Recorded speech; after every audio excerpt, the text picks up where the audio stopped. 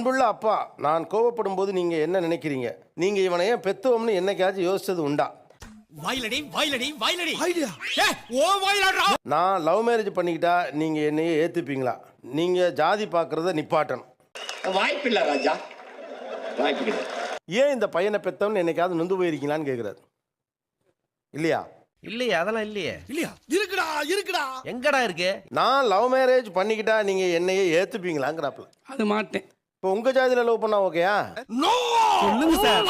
மடப்பட பேசிக்கிட்டு இருக்கும்போது மைக்கு கொண்டாந்து வாய்க்குள்ள வரீடா. எந்த சாதியா இருந்தாலும் சரி சார், அவங்க அம்மாவோட நோக்கத்துல அவர் கட்டுப்படுவார். அது எனக்கு தெரியும். இப்ப எழுதுனது சும்மா.